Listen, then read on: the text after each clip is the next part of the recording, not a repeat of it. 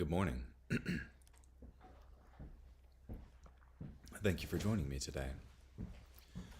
This morning we'll be in 2 Samuel chapter 2, verses 12 through chapter 3, verse 39.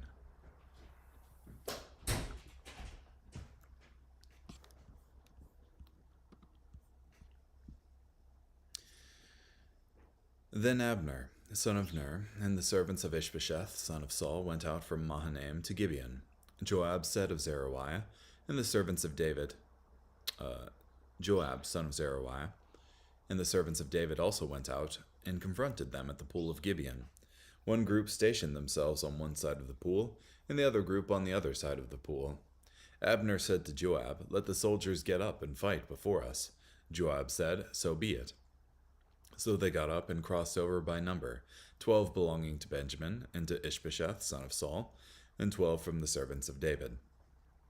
As they grappled with one another, each one stabbed his opponent with his sword, and they fell dead together. So that place is called the Field of Flints. It is in Gibeon. Now the battle was very severe that day. Abner and the men of Israel were overcome by David's soldiers. The three sons of Zeruiah were there, Joab, Abishai, and Asahel. Now Asahel was as quick on his feet as one of the gazelles in the field. Asahel chased Abner, without turning to the right or to the left, as he followed Abner. Then Abner turned and asked, "Is that you, Asahel?" He replied, "Yes, it is." Abner said to him, "Turn aside to your right or to your left, capture one of the soldiers, and take his equipment for yourself." But Asahel was not willing to turn aside from following him. So Abner spoke again to Asahel, "Turn aside from following me. I do not want to strike you to the ground. How then could I show my face in the presence of Joab your brother?" But Asahel refused to turn aside. So Abner struck him in the abdomen with the back end of his spear. The spear came out his back. Asahel collapsed on the spot and died there, right before Abner. Everyone who now comes to the place where Asahel fell dead pauses in respect. So Joab and Abishai chased Abner. At sunset they came to the hill of Ammah, near Giah, on the way to the wilderness of Gibeon. The Benjaminites formed their ranks behind Abner and were like a single army, standing at the top of a certain hill. Then Abner called out to Joab, "Must the sword devour forever? Don't you realize that this will turn bitter in the end? When will you tell the people to turn aside from pursuing their brothers?" Joab replied, "As surely as God lives, if you had not said this, it would have been morning before the people would have abandoned pursuit of their brothers." Then Joab blew the ram's horn, and all the people stopped in their tracks. They stopped chasing Israel and ceased fighting. Abner and his men went through the Arabah all that night. They crossed the Jordan River and went through the whole region of Bitron and came to Mahanaim. Now Joab returned from chasing Abner and assembled all the people. 19 of David's soldiers were missing, in addition to Asahel. But David's soldiers had slaughtered the Benjaminites and Abner's men. In all, 360 men had died. They took Asahel's body and buried him in his father's tomb at Bethlehem. Joab and his men traveled all that night and reached Hebron by dawn. However, the war was prolonged between the house of Saul and the house of David. David was becoming steadily stronger, while the house of Saul was becoming increasingly weaker. Now sons were born to David in Hebron. His firstborn was Amnon, born to Ahinoam, the Jezreelite. His second son was Chileab, born to Abigail, the widow of Nabal the Carmelite. His third son was Absalom, the son of Maacah, daughter of King Talmai of Geshur. His fourth son was Adonijah, the son of Haggith. His fifth son was Shephatiah, the son of Abital. His sixth son was Ithream, born to David's wife Eglah. These sons were all born to David in Hebron. As the war continued between the house of Saul and the house of David, Abner was becoming more influential in the house of Saul. Now Saul had a concubine named Rizpah, daughter of Aiah. Ishbosheth said to Abner, "Why did you have sexual relations with my father's concubine?" These words of Ishbosheth really angered Abner, and he said, "Am I the head of a dog that belongs to Judah? This very day I am demonstrating loyalty to the house of Saul your father, and to his relatives and his friends. I have not betrayed you into the hand of David, yet you have accused me of sinning with this woman today." God will severely judge Abner if I do not do for David exactly what the Lord has promised him, namely, to transfer the kingdom from the house of Saul and to establish the throne of David over Israel and over Judah all the way from Dan to Beersheba." Ishbosheth was unable to answer Abner with even a single word because he was afraid of him. Then Abner sent messengers to David, saying, "To whom does the land belong? Make an agreement with me, and I will do whatever I can to cause all Israel to turn to you." So David said, "Good, I will make an agreement with you. I ask only one thing from you. You will not see my face unless you bring Saul's daughter Michal when you come to visit me." David sent messengers to Ishbosheth, son of Saul, with this demand: "Give me my wife Michal, whom I acquired, 400 Philistine foreskins." So Ishbosheth took her from her husband Paltiel, son of Laish. Her husband went along behind her, weeping all the way to Bahurim. Finally Abner said to him, "Go back." So he returned home.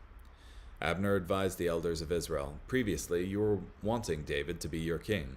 Act now, for the Lord has said to David, by the hand of my servant David, I will save my people Israel from the Philistines and from all their enemies." Then Abner spoke privately with the Benjaminites. Abner also went to Hebron to inform David privately of all that Israel and the entire house of Benjamin had agreed to do. When Abner, accompanied by 20 men, came to David in Hebron, David prepared a banquet for Abner and the men who were with him. Abner said to David, "Let me leave, so that I may go and gather all Israel to my lord the king, so that they may make an agreement with you. Then you will rule over all that you desire." So David sent Abner away, and he left in peace. Now David's soldiers and Joab were coming back from a raid, bringing a great deal of plunder with them. Abner was no longer with David in Hebron, for David had sent him away, and he had left in peace. When Joab and all the army that was with him arrived, Joab was told, "Abner the son of Ner came to the king. He sent him away, and he left in peace." So Joab went to the king and said, "What have you done? Abner has come to you. Why would you send him away? Now he's gone on his way. You know Abner, the son of Ner. Surely he came here to spy on you, and to determine when you leave and when you return, and to discover everything that you are doing." Then Joab left David and sent messengers after Abner. They brought him back from the well of Sirah, but David was not aware of it. When Abner returned to Hebron, Joab took him aside at the gate as if to speak privately with him. Joab then stabbed him in the abdomen and killed him, avenging the shed blood of his brother Asahel. When David later heard about this, he said, "I and my kingdom are forever innocent before the Lord of the shed blood of Abner son of Ner. May his blood whirl over the head of Joab and the entire house of his father.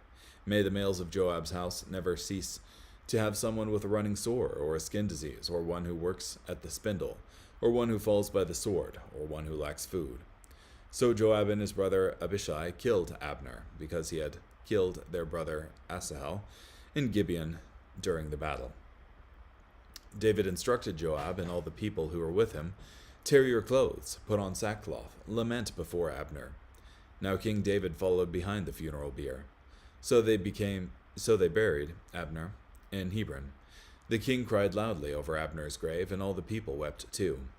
The king chanted the following lament for Abner: "Should Abner have died like a fool? Your hands were not bound, and your feet were not put into irons. You fell the way one falls before criminals." All the people wept over him again. Then all the people came and encouraged David to eat food while it was still day. But David took an oath, saying, "God will punish me severely if I taste bread or anything whatsoever before the sun sets." All the people noticed this, and it pleased them. In fact, everything the king did pleased all the people.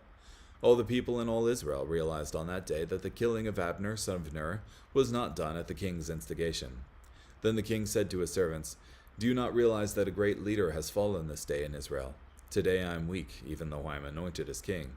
These men, the sons of Zeruiah, are too much for me to bear. May the Lord punish appropriately the one who has done this evil thing."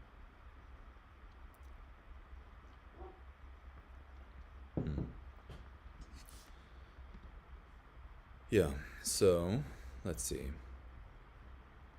So David was made king over Judah in the previous chapter, but Abner, who was Saul's general, made Ishbosheth king over the rest of Israel. Yeah.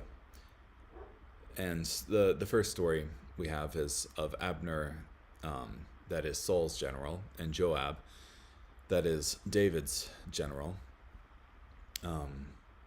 going up to this pool of Gibeon and first engaging in representative combat and this active civil war. But then it breaks into an all-out fight when each of the representatives kills the other simultaneously.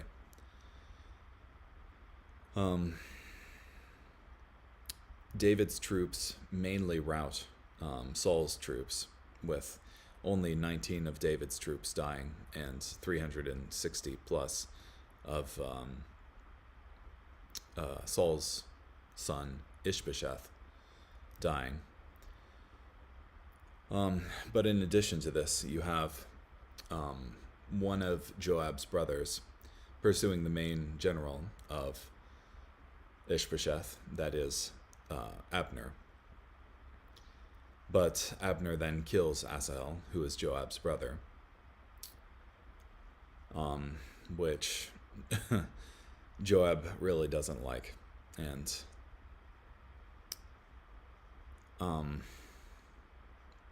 he has this vengeance in mind against Abner. But nevertheless, Joab and Abner's men are fighting each other, and Abner's like, "Is the sword going to slay forever? Are you going to keep killing us till everyone's dead?" And Joab relents. Then you have a description of all of the sons of David from his various wives. Well, not an exhaustive list of all David's sons, but you have at least 6 different wives listed here, in addition to Michal, who he desires here as well. But Ishbosheth then accuses Abner, who was his father's general, of sleeping with his father's concubine. But Abner had shown a lot of kindness to Ishbosheth in making him king, rather than just immediately defecting to David. So this really peeves off Abner. So he's like, "Make a deal with me, David. I'll do what I can to get you the rest of the kingdom." And he agrees to this, despite Abner being the enemy general. Joab doesn't like this at all, and he's like, "He was spying on you, David."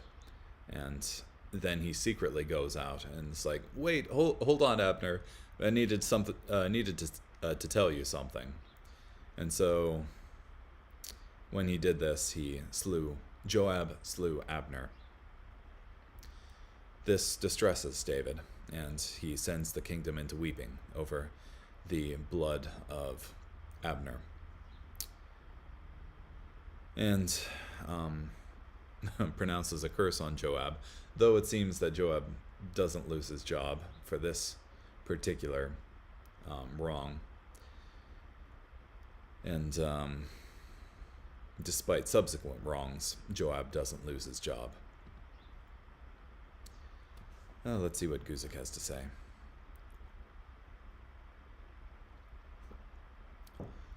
Joab, the son of Zeruiah. Joab was apparently one of the 400 men who joined David at Adullam cave, or he joined with David during this general period. Joab had 2 notable brothers, Abishai and Asahel. Joab, Abishai, and Asahel were David's nephews, the sons of David's sister, Zeruiah. Joab had a long and checkered career as David's chief general. Abner said to Joab, this was a fascinating confrontation between 2 similar men. Abner and Joab were each tough, mean, military men who were completely devoted to their cause. Let the young men now arise and compete before us. Abner suggested some kind of contest or duel between a select group of his men and Joab's men. When the 2 groups of 12 met, it quickly degenerated into a mutual bloodbath. Yet David's men, under the command of Joab, prevailed in the very fierce battle that followed this bloodbath at the field of sharp swords. This was diabolical play, where each man thrust his sword into the body of the other, so that 24, 12 on each side, fell down dead together. From Clark. The three sons of Zeruiah. Zeruiah was David's sister. Joab and Abishai and Asahel were the nephews of David, but since David was the youngest of 8 sons, they may have been about the same age or older than David. Asahel pursued Abner. In the pressure and confusion of battle, Asahel got close enough to Abner, the commander of Ishbosheth's armies. It came down to a simple chase, and if Asahel caught up to Abner, he would surely kill him. Lay hold of one of the young men, and take his armor for yourself. It seems that Asahel pursued Abner in part for the glory of killing the commander of Ishbosheth's army and taking his armor as a trophy. Why should I strike you to the ground? How then could I face your brother Joab? Abner first asked Asahel to turn back out of concern for his own safety. This didn't make much sense to Asahel because it seemed that Abner was at the disadvantage. Abner also appealed to Asahel on the ground of military honor, that officers should not strike down officers, especially when it might lead to ugly retribution and the danger of leaderless armies. Yet Asahel refused to turn aside. Abner's plea didn't work, though perhaps it should have. Asahel was too single-minded in his determination to kill Abner and crush the armies opposing David. Therefore Abner struck him in the stomach. He fell down there and died on the spot. Clearly, Abner killed Asahel in self-defense. It was the only thing he could do. Yet his concern, how then could I face your brother Joab, was entirely justified, and Joab will make it his passion to avenge his brother's death. Joab and Abishai also pursued Abner. Now more than the cause of David motivated them. They wanted to avenge the killing of their brother Asahel. Shall the sword devour forever? When his armies were in full retreat and ready for a final do-or-die stand, and when 2 angry brothers wanted blood revenge, Abner found it easy to make the plea for peace. It was certainly to his advantage to give peace a chance. Joab blew a trumpet, and all the people stood still. Joab agreed to this ceasefire, probably to both rest his exhausted army and to avoid a long, bloody civil war. There were missing of David's servants 19 men and Asahel. 2 Samuel 2:17 told us Abner and the men of Israel were beaten before the servants of David, but this passage shows us just how badly they were beaten. Abner and the army of Ishbosheth lost 360 men to 20 in the army of David.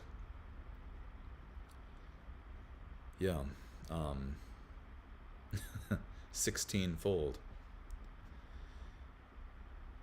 They're more than that, actually. This shows how wrong it was. There was a long war between the house of Saul and the house of David. This shows how wrong it was for Joab to accept Abner's appeal for a ceasefire at the Battle of the Field of Sharp Swords. The fact was they couldn't just get along, and that there could be no peace between the rightful King David and the pretender to the throne, Ishbosheth. The ceasefire seemed to make things better, but in reality, it only made things worse, and it led to the long war.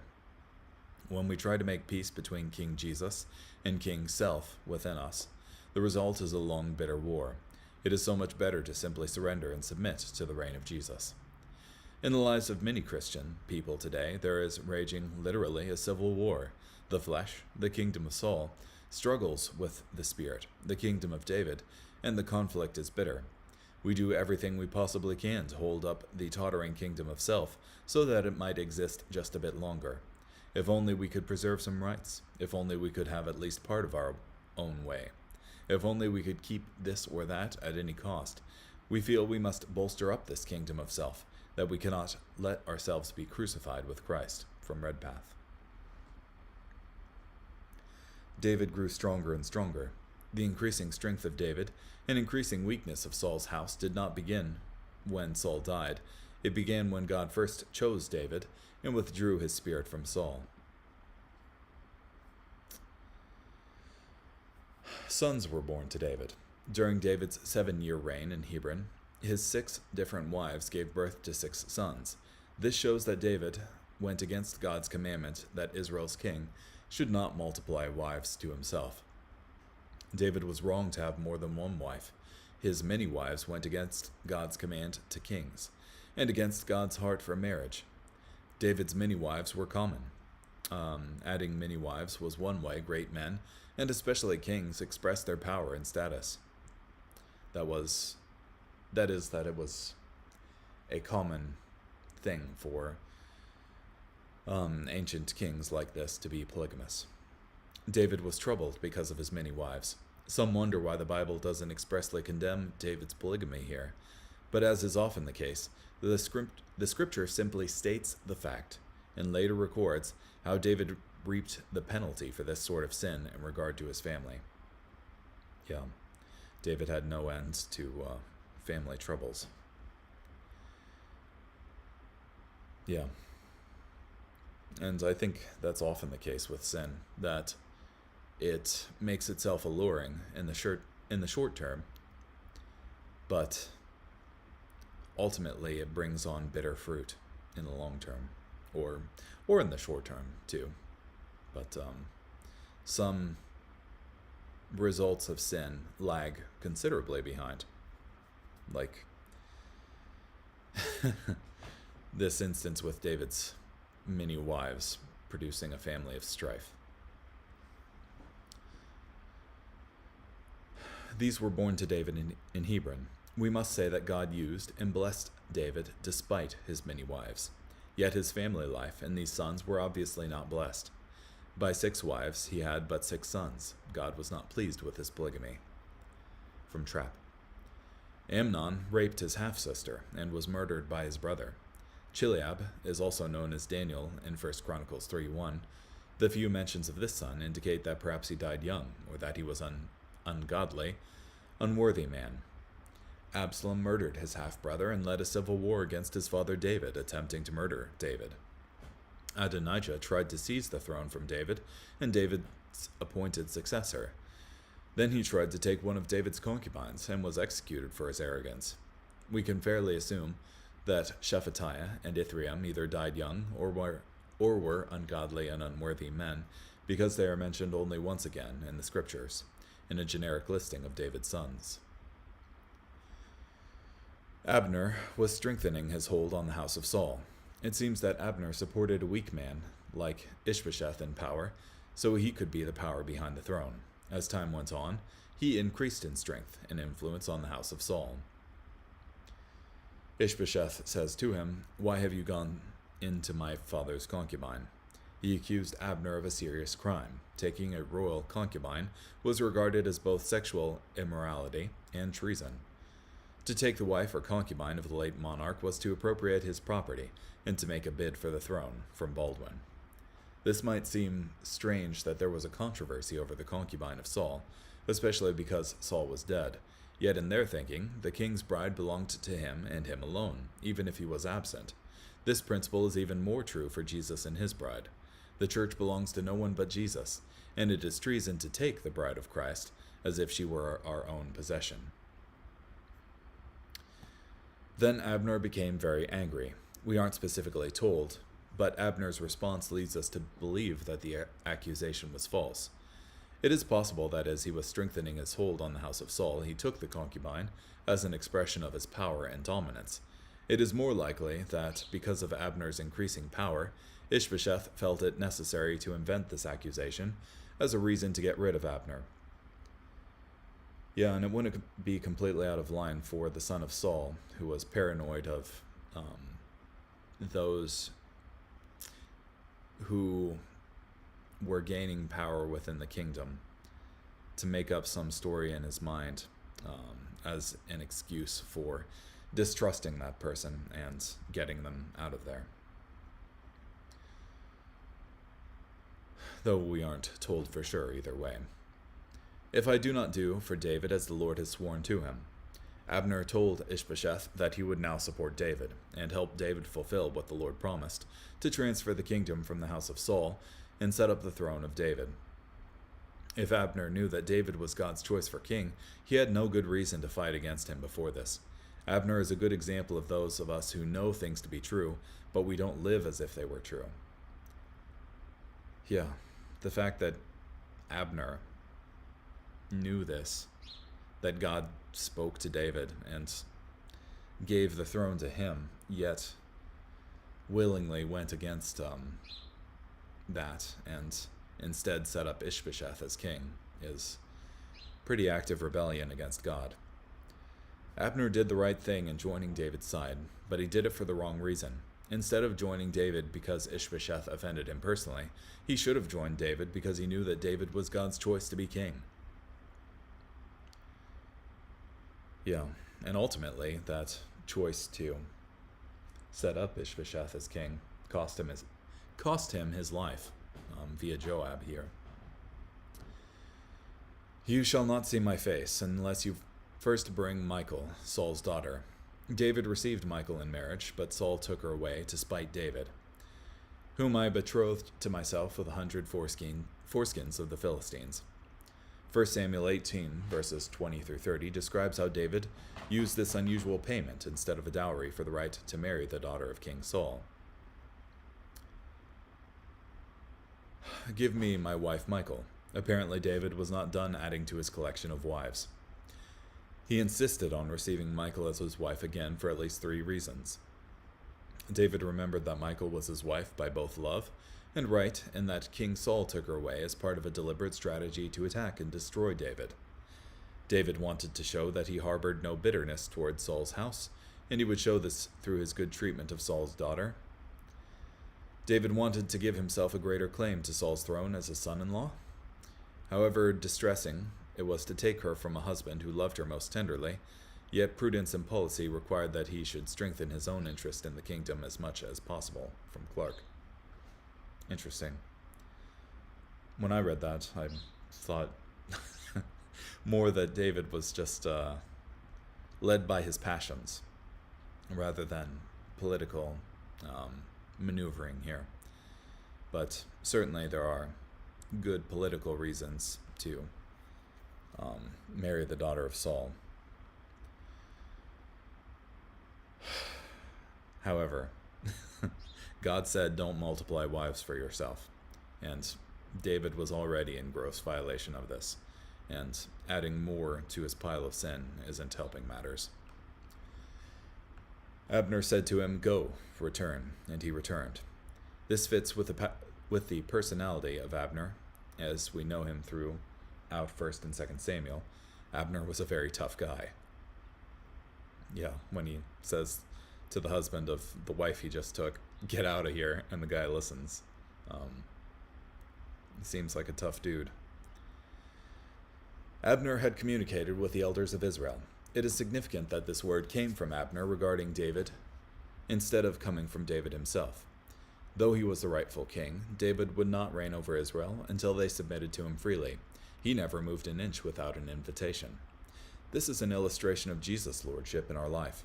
He is in fact the King of Kings and Lord of Lords, but he chooses, for the most part, to exercise his sovereignty only at our invitation. Some do not invite Jesus to rule over anything.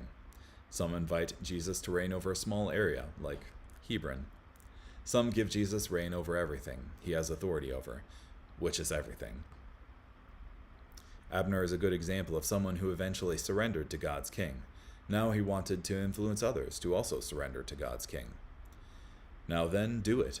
Because of the word the Lord spoke of David, and because it was right to do so, this was something that should be done now. In this sense, it is very much like our commitment to follow Jesus. We should be told, now then, do it. Charles Spurgeon has a wonderful sermon on this text, titled, Now Then, Do It. In this sermon, he shows how the same principles of Israel's embrace of David as king apply to our relationship with Jesus. The Israelites might talk about making David king, but they would not crown him. They might meet together and say they wished it were so, but that would not do it. It might be generally admitted that he ought to be monarch, and it might even be earnestly hoped that one day he would be so, but that would not do it. Something more decided must be done. From Spurgeon. Yeah.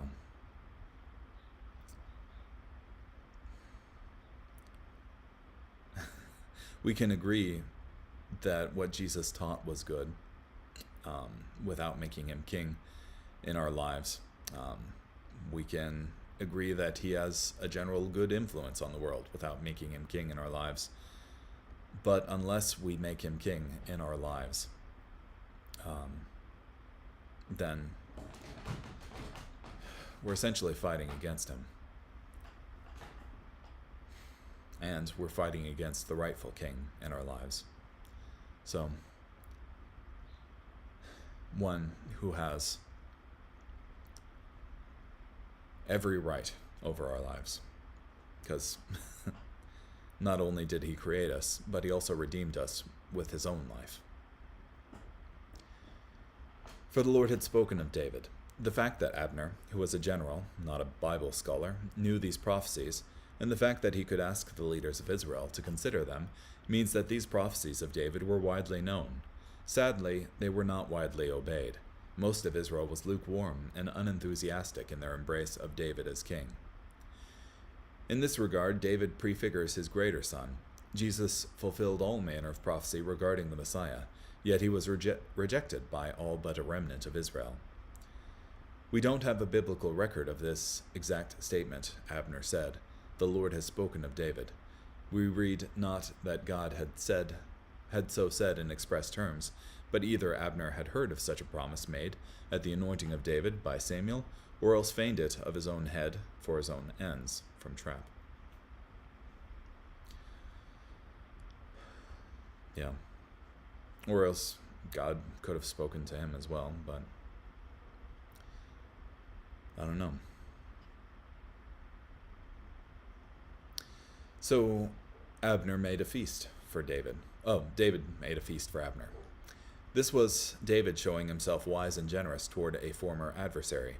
A lesser man would never forgive Abner for leading an army against God's king, but David was a great, wise, and generous man.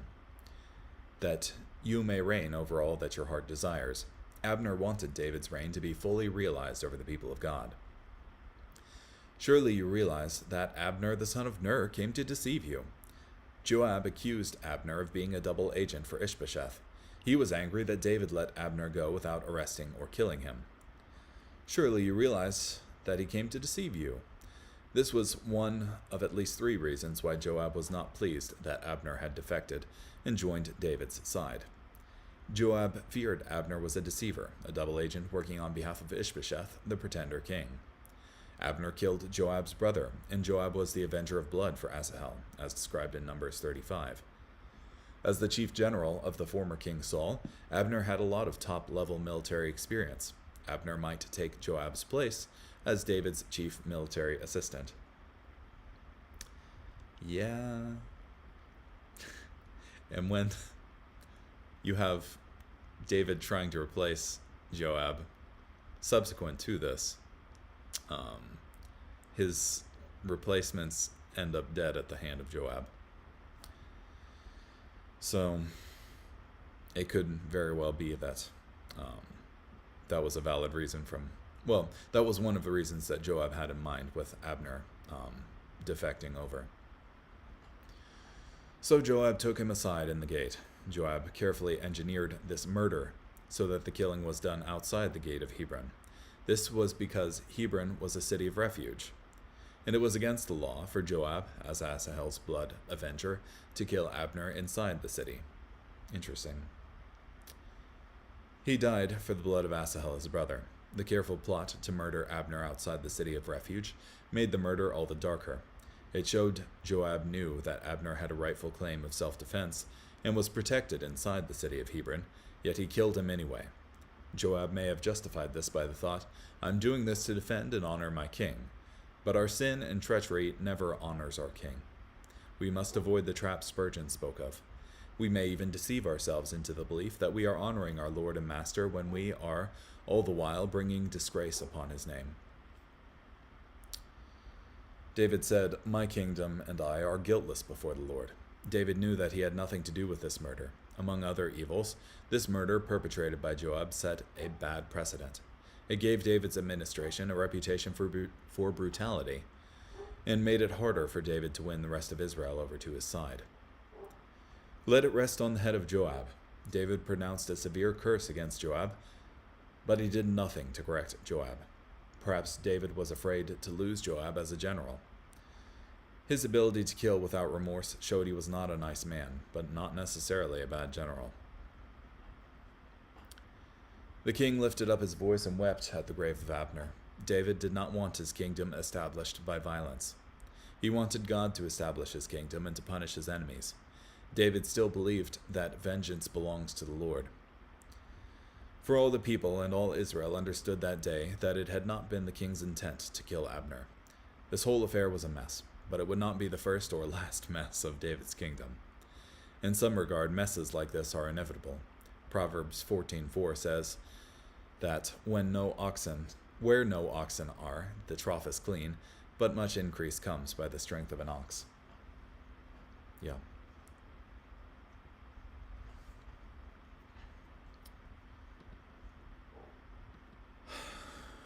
Yeah. A lot of political maneuvering there, and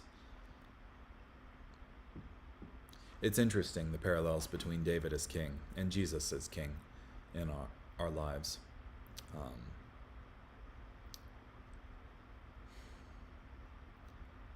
Yeah, and note too the cost of the civil war to Israel in general, with at least hundreds of men being killed in it.